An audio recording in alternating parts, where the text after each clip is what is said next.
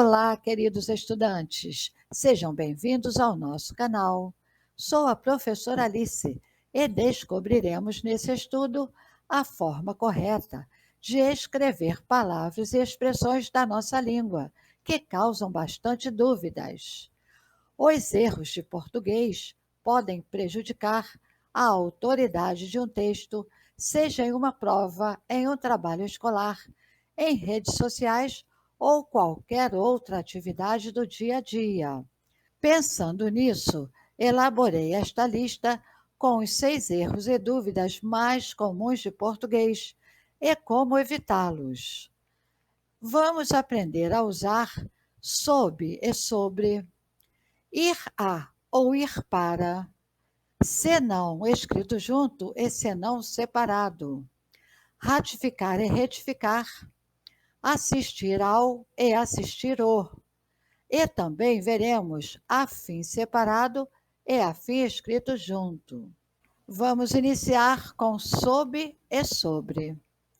Os termos sob e sobre são antônimos, já que possuem significados opostos, embaixo e em cima.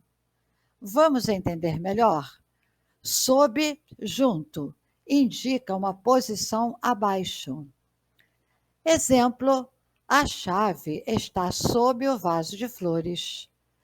Ou seja, a chave está embaixo do vaso de flores. Já sobre indica acima de ou em cima de alguma coisa. Por exemplo, o vaso de flores está sobre a chave. Ou seja, o vaso de flores está acima da chave, está em cima da chave. Muito fácil, não é mesmo? A seguir, vamos ver mais uma dúvida. Ir a ou ir para? As duas formas são corretas. A regência do verbo ir aceita tanto a preposição a quanto a preposição para. Por exemplo, eu vou a Minas Gerais. A preposição a dá uma ideia de transitoriedade, de algo passageiro. Se uma pessoa viaja a algum lugar, imaginamos que ela vai e volta no mesmo dia. É algo transitório. Se trata de uma viagem rápida. Veja agora, eu vou para Minas Gerais. A preposição para dá uma ideia de permanência, dá uma ideia de algo definitivo. Eu imagino até que se trata de uma viagem longa, sem data para voltar. Temos aqui a terceira dúvida: senão junto e senão separado. Escreva senão tudo junto quando significar do contrário. Veja esse exemplo. Fale alto, senão ninguém vai ouvir. Ou seja, fale alto, do contrário, ninguém vai ouvir. Já devemos escrever senão separado quando pudermos trocar, substituir por caso não. Veja, se não chegar a tempo, perderá o trem. Caso não chegue a tempo, perderá o trem. Você deve ter observado que senão escrito separado impõe uma condição. Temos agora a quarta dúvida: ratificar e retificar. Essa é uma dúvida muito comum. Apesar de essas palavras existirem na nossa língua, elas não possuem o mesmo significado. Ratificar significa validar, confirmar, comprovar algo. Por exemplo, Caio passou na prova do vestibular.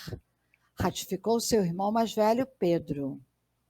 Quer dizer que Caio passou na prova do vestibular, confirmou seu irmão mais velho, Pedro. Vimos que, nesse caso, ratificar confirma a informação. Veja agora, retificar. Retificar é o oposto de ratificar e significa emendar, ajustar ou corrigir.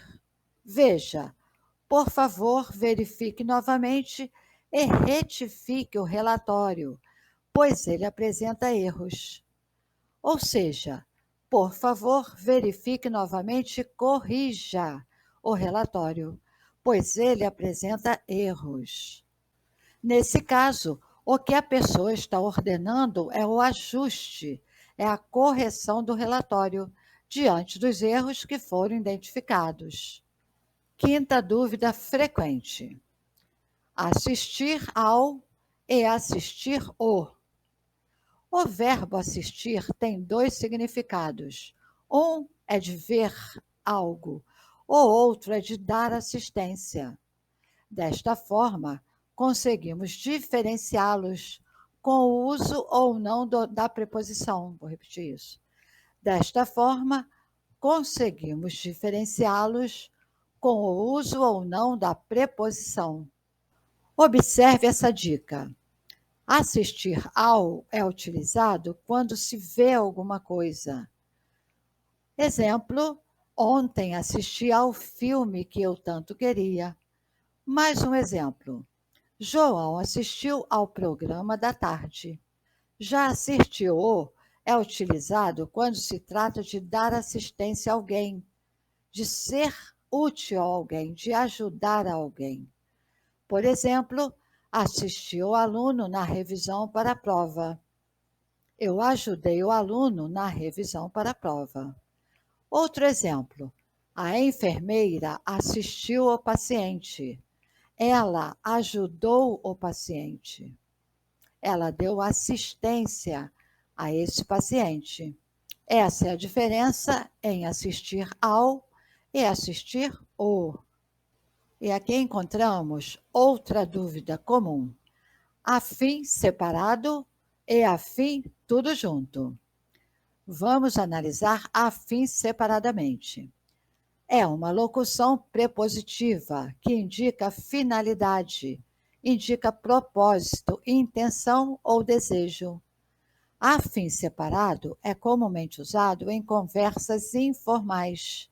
Por exemplo, saí cedo a fim de chegar a tempo para o jantar. Ou seja, saí cedo com a finalidade, com a intenção de chegar a tempo para o jantar. Outro exemplo: ela marcou um horário com o médico a fim de verificar seus exames. Ou seja, ela marcou um horário com o médico com a intenção, com a finalidade de verificar seus exames. Já afim escrito tudo junto é um adjetivo que indica uma afinidade, indica semelhança ou proximidade. É usado para descrever elementos que compartilham características comuns. Por exemplo, eles tinham ideias afins. Eles tinham ideias em comum, ideias semelhantes.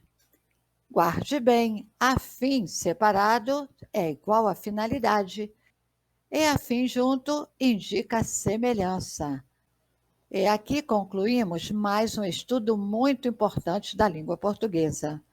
Eu espero que tenha sido útil ao seu aprendizado. Se você gostou, já sabe, deixe aí o seu like, inscreva-se no nosso canal e ative o sininho de notificações para que você fique por dentro das novidades. Fique bem e até o nosso próximo encontro.